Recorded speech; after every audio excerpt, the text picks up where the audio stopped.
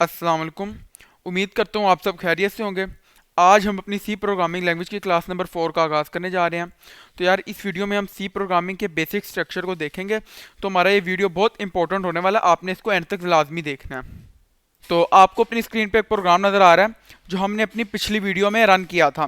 तो इस प्रोग्राम को हमने समझा नहीं था, हमने सिंपली इस प्रोग्राम को रन किया था और कंसोल में हमने इसका आउटपुट देखा था। लेकिन असल में ये प्रोग्राम क्या करता है, किस तरह काम करता है, ये सारी बातें मैं आपको इस वीडियो में बताऊंगा। तो हमारा जो एक टिपिकल प्रोग्राम होता है उसमें क्या होता है, उसमें हमारी एक प्री प्रोसेसर कमांड होती है, फंक्शन होते हैं, वेरिएबल्स होते हैं, स्टेटमेंट, कमेंट और एक्सप्रेशन होते हैं। सबसे पहले हम इस पहली लाइन को डिस्कस करेंगे। पहली लाइन क्या है? ये हमारी एक प्री प्रोसेसर कमांड है। यानी कि प्री प्रोसेसिंग के टाइम पर हमारा जो कंपाइलर है वो इससे डील करेगा। अब हैश टैग इंक्लूड stdio.h का क्या मतलब है? यह लाइन सिंपली कंपाइलर को बताती है कि हमें stdio.h नाम की एक फाइल चाहिए इस प्रोग्राम में, तो हमें वो फाइल ला कर दो और उस फाइल को हम लगाएंगे तो उसके बाद हम प्रोग्राम में कुछ कर पाएंगे। यानी कि हमें stdio.h के कंटेंट्स की ज़रूरत है, उसको इस प्रोग्राम में इंक्लूड कर दो। उसके बाद हमारा ये जो इंट मेन है हम इसको देखते हैं। हमारा जो इंट मेन है ये एक फंक्शन होता है। अब आप कहेंगे ये फंक्शन क्या होता है? अभी के लिए बस आप इतना जान लें कि एक प्रोग्राम को टुकड़ों में तोड़ने के लिए हम एक फंक्शन को इस्तेमाल करते हैं और एक जो रूटीन होता है वो एक तरह का काम करता है, उसको फंक्शन कहते हैं। तो हमारा नंबर ऐड करने का फंक्शन अलग होगा, नंबर मल्टीप्लाई करने का फंक्शन अलग होगा। अब इंट में जो होता है ये हमारा एक स्पेशल टाइप का फंक्शन होता है, क्योंकि वहां से हमारे प्रोग्राम की एग्जीक्यूशन स्टार्ट होती है। हमारा प्रोग्राम शुरू होगा, इंट मेन के अंदर जाएगा, फिर वहां से जो जो कॉल आएंगी फंक्शंस की वहां पर जाएगा। फंक्शंस को डिटेल में हम आने वाली वीडियोस में देखेंगे, लेकिन अभी मैं सिर्फ आप लोगों को इतना समझाऊंगा कि ये जो इंट में लिखा है ये क्या है। इसमें हमारा जो फंक्शन है वो मेन है और जो हमेशा मेन ही रहता है।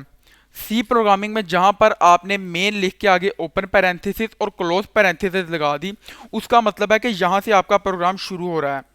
अब हम देखेंगे हमारा इंट क्या होता है। ये इंट वो इंटीजर है जो फंक्शन रिटर्न करेगा।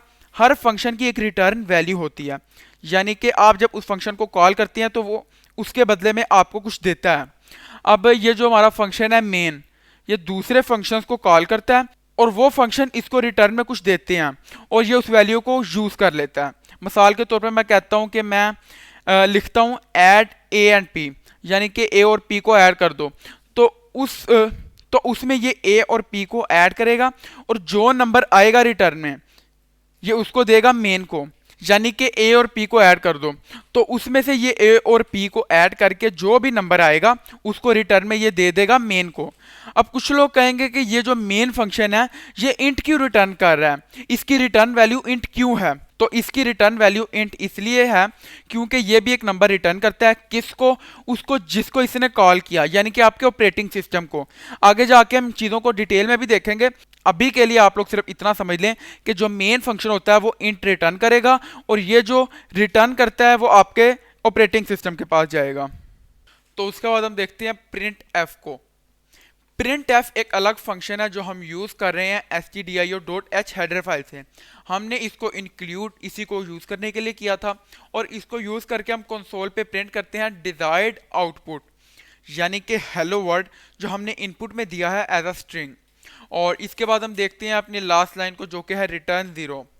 तो जैसे कि मैंने आपको बताया था कि ये रिटर्न में ऑपरेटिंग सिस्टम को एक इंटीजर देगा और 0 का मतलब है अगर सब कुछ सही तरह चला है यानी सब कुछ सक्सेसफुल रहा है तो ये रिटर्न में हमारे ऑपरेटिंग सिस्टम को 0 देगा। तो ये है हमारा बेसिक स्ट्रक्चर सी प्रोग्राम का। यहाँ तक मैं उम्मीद करता हूँ कि आपको सही तरह समझ आ चुकी होगी। अब मैं आप लोगों को ये बेसिक स्ट्रक्चर समझाना चाहता हूँ एक प्रोग्राम लिख के। तो चलते हैं, यहाँ से जाके हम न्यू फाइल क्रिएट कर लेते हैं। इसका नाम हम रखते हैं add.c। एंटर। यहाँ पर हम अपना कोड स्निपेट लगाते हैं, मेन, ये हमारा कोड स्निपेट आ गया। इस पर क्लिक कर देते हैं। यहाँ पर हम लिखते हैं int a comma b semicolon next. अगली लाइन में हम जाके प्रिंट एफ का फंक्शन लगा लेते हैं, प्रिंट एफ। इसके अंदर हम लिखते हैं एंटर नंबर ए और इधर हम सेमीकोलन लगा लेते हैं और इसको हम कॉपी करते हैं। इसको हम कॉपी कर लेते हैं कंट्रोल सी, और नेक्स्ट लाइन में इसको पेस्ट कर देते हैं और इधर हम ए की जगह पर बी कर देते हैं और एंटर। इधर हम स्कैन एफ का फंक्शन लगा लेते हैं, स्कैन एफ। उसके बाद हम सबसे ऊपर इधर लगा लेते हैं अपना हैश टैग इंक्लूड, जो जैसे हमने पिछली वीडियो में लगाया था, pre processing statement, hash tag include stdio.h, इसको क्लोज कर देंगे और स्पेस दे दी हमने। उसके बाद यहाँ पर हम लगाएंगे, लिखेंगे %d और कोमा एमरसेंट ए, और जहाँ पर हम सेमीकोलन लगा लेंगे और इसको हम कॉपी करेंगे, कंट्रोल सी, और इधर हम पेस्ट कर देंगे और यहाँ पर हम ए की जगह बी कर देंगे। अच्छा, तो जैसे मैंने आपको समझाया था कि ये जो हमारा हैश टैग इंक्लूड stdio.h है वो एक प्री प्रोसेसिंग स्टेटमेंट है। उसके बाद ये जो हमारा इंट मेन है ये एक फंक्शन होता है और यहाँ से हमारे प्रोग्राम की एग्जीक्यूशन स्टार्ट होती है। और ये इंट ए और बी क्या है, ये हमने दोनों इंटीजर्स को डिफाइन कर दिया है। और प्रिंट एफ का मतलब है कि इसको प्रिंट कर दो। और स्कैन एफ ये एक फंक्शन होता है stdio.h में, ये हमारी हेल्प करता है कि हम यूज़र से ए की वैल्यू ले सकें, यानी मैं कीबोर्ड पे जो भी नंबर एंटर करूँगा वो ए में सेव होगा। और उसी तरह सिमिलरली ये है। उसके बाद आता है रिटर्न ज़ीरो।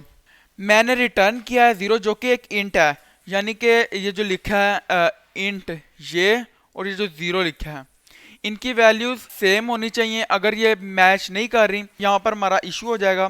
तो रिटर्न ज़ीरो हमारे ऑपरेटिंग सिस्टम को ज़ीरो वैल्यू रिटर्न करते हैं, इसका मतलब है हमारा प्रोग्राम सही तरह चल गया। तो अब हम इसको कंपाइल कर लेते हैं। मैं जाता हूँ अपने टर्मिनल पे, न्यू टर्मिनल, इसको मैं क्लियर कर लेता हूँ, क्लियर, एंटर। तो यहाँ पर हम लिखते हैं gcc add.c, ये हमारी एक a.exe बन गई है। अगर आप चाहते हैं कि यहाँ पे आपका a की बजाय कुछ और लिखा आ जाए, फर्ज करें मैं चाहता हूँ जॉन लिखा आ जाए, तो मैं लिखता हूँ gcc add.c -o जॉन। ये मैंने एंटर किया तो ये देखें john.exe बन गया। तो अब मैं ये j लिखता हूँ, j लिख के मैं टैब प्रेस करूंगा तो ये देखें इसने ऑटो कंप्लीट कर दिया। आप इसको मैनुअली भी लिख सकते हैं, आप इसको खुद भी लिख सकते हैं, लेकिन मैंने जे लिख के, अगर आप टैब प्रेस करेंगे तो वो ऑटो कंप्लीट कर देगा। तो हम इस पे एंटर करते हैं, वो कह रहा है एंटर नंबर ए, मैं 4 एंटर कर देता हूँ, एंटर। फिर वो कह रहा है एंटर नंबर बी, ये मैंने 5 ऐड कर दिया। यहाँ पर हमने नंबर तो दिया ही नहीं, तो नंबर देने के साथ साथ हम एक और काम कर लेते हैं, हम यहाँ पर लगा लेते हैं \n। ये \n क्या, ये है न्यू लाइन कैरेक्टर, यानी ये जो आपका साथ चिपक के 4 आ रहा है ना, ये साथ चिपक के नहीं आएगा, ये अगली लाइन में आएगा। इसी तरह हम बी पे भी लगा लेते हैं \n और इसको हम कॉपी करते हैं, कंट्रोल सी, और इधर हम पेस्ट कर देते हैं और इसके अंदर हम लिखते हैं द सम इज %d और इधर कोमा लगा के a प्लस b, और इधर हम d के साथ इधर भी हम लगा लेते हैं \n, और इसको हम सेव कर लेते हैं, कंट्रोल s से हमने इसको सेव कर लिया। तो उसके बाद अब हमने इसको चूंकि अपने प्रोग्राम को मॉडिफाई किया तो हम इसको दोबारा कंपाइल करेंगे। तो यहाँ पे मैं लिखता हूँ gcc add.c, मैं जॉन वाले को कर लेता हूँ -o जॉन, एंटर। या हम एंटर करेंगे, यहाँ पे मैं जे लिख के टैब दबाऊंगा, उसने ऑटो कंप्लीट कर दिया, एंटर। अब वो पूछ रहा है press number A, enter number A, वो हमें नंबर ए एंटर करने का कह रहा है, हम 8 एंटर कर देते हैं, एंटर। तो एंटर नंबर बी हम 2 कर देते हैं, एंटर। ये देखें दिस सम इज 10, उसने हमें आंसर दे दिया। तो अब सब कुछ क्लियर करके मैं वापस आ चुका हूँ। अब आपने ये नहीं समझना कि मैं आपको समझा नहीं रहा, ये मैंने सिर्फ आपको एक सिचुएशन में डाला था कि अगर आपको एक प्रोग्राम लिखना पड़ता है तो आप उसको कैसे लिखोगे। और ये प्रोग्राम लिख के मैं आपको ये समझाना चाहता था कि सी प्रोग्राम का बेसिक स्ट्रक्चर क्या है, और इस वीडियो का मकसद भी यही था। तो मैं आपको बताऊंगा कि एक जो बेसिक सी प्रोग्राम होता है वो किस तरह काम करता है, उसका कंपाइलेशन जब होता है तो बिहाइंड द सीन्स क्या क्या होता है। तो इसको स्टार्ट करने से पहले मैं आपको बता दूं, आपने इसको बिल्कुल ईजी लेना। ज़रूरी नहीं कि आप एक एक बात समझें, अगर आपको की बात समझ नहीं आ रही तो कोई मसला नहीं है। ये मैं सिर्फ आपको इसलिए बता रहा हूँ ताकि आपका इंटरेस्ट डेवलप हो। तो यार एक जो सी प्रोग्राम होता है उसको एग्जीक्यूटेबल में कन्वर्ट करने के लिए कंपाइलेशन के जो जो स्टेप्स करता है वो मैं आपको बताता हूँ। उसमें होती है प्री प्रोसेसिंग होती है, कंपाइलेशन होती है, असेंबली होती है, लिंकिंग होती है। अब ये प्रोग्राम मैं यहाँ पर आपको इलिस्ट्रेट करके दिखाना चाहता हूँ। तो यहाँ पर मैं लिखता हूँ GCC minus wall minus save temps main dot c, और मैं जॉन वाली EXE ले लेता हूँ -o जॉन। ये मैंने एंटर किया तो ये देखें यहाँ पर हमारी बंच ऑफ फाइल्स बन गई हैं, मेन आई, मेन ओ, मेन एस, और यहाँ पर जॉन डॉट EXE भी बन गई है हमारी। अब मैं ये चारों स्टेप आपको एक्सप्लेन करता हूँ। सबसे पहले हम बात करते हैं प्री प्रोसेसिंग की। अच्छा, इसमें क्या होता है, इसमें सिंपली हमारे प्रोग्राम के कमेंट्स को रिमूव किया जाता है, मैक्रो एक्सपेंड होते हैं, जितनी भी हैश इंक्लूड वाली फाइल्स हैं उनके कंटेंट को उठाकर एक फाइल में सेव कर दिया जाता है। तो मैंने आपको अभी तक कमेंट नहीं बताया कि कमेंट क्या होता है। कमेंट सिंपली हमारे यहाँ पर अगर मैं लिख देता हूँ इब्राहिम इज गुड बॉय, तो ये एग्जीक्यूट नहीं होगा। कमेंट सिर्फ प्रोग्रामर को हेल्प करता है कोई भी इंफॉर्मेशन डालने के लिए। तो प्री प्रोसेसिंग में कमेंट्स रिमूव होते हैं, मैक्रोज एक्सपेंड होते हैं, और जितने भी हैशटैग इंक्लूड वाली स्टेटमेंट होती हैं वो रिजोल्व होती हैं। और ये जो प्री प्रोसेस्ड आउटपुट होता है ये हमारी .i वाली फाइल में स्टोर होता है।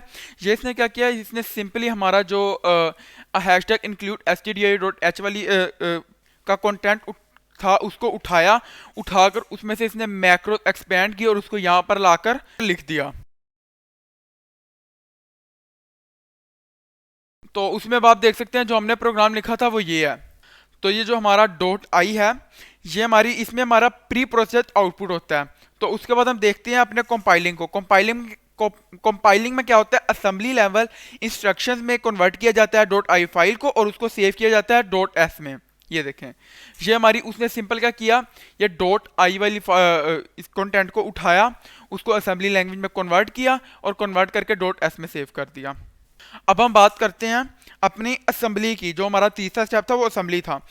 अब ये जो हमारी .s वाली फाइल है जिसमें असेंबली लैंग्वेज लिखी हुई है, हम लोग इसको कन्वर्ट करना चाहते हैं मशीन लेवल इंस्ट्रक्शन में जो हमारा CPU समझता है। तो हम अपनी .o फाइल्स को देखेंगे तो आप लोग इसको खोल नहीं पा रहे हैं। ये क्यों नहीं खोल पा रहे, क्योंकि ये बाइनरी फाइल्स हैं और मशीन लेवल इंस्ट्रक्शन है, तो ये हमारा प्रोसेस होता है असेंबली। अब बात करते हैं फाइनल फेज की, जो है हमारा लिंकिंग। जो लिंकर होता है वो क्या करता है, सारी .o फाइल्स को इकट्ठा करके एक एग्जीक्यूटेबल बना देता है जो कि यहाँ john.exe है, ताकि आपने जितने भी अलग अलग फाइल्स में अलग अलग फंक्शंस लिखे हैं उनको कंबाइन करके एक जगह रन कर सको। तो अब आप जब भी अपना कोई भी सी प्रोग्राम लिखोगे तो आपके जहन में एक आइडिया होगा कि ये चीज़ें चल किस तरह रही हैं। तो उम्मीद करता हूँ इस वीडियो को देखने के बाद आपको समझ आ चुकी होगी कि सी प्रोग्रामिंग किस तरह काम करती है, उसका बेसिक स्ट्रक्चर क्या है। तो अगर आपको कोई भी बात आपको समझ नहीं आई, कोई एरर आ रहा है, तो आप कमेंट करके मेरे से पूछ सकते हैं।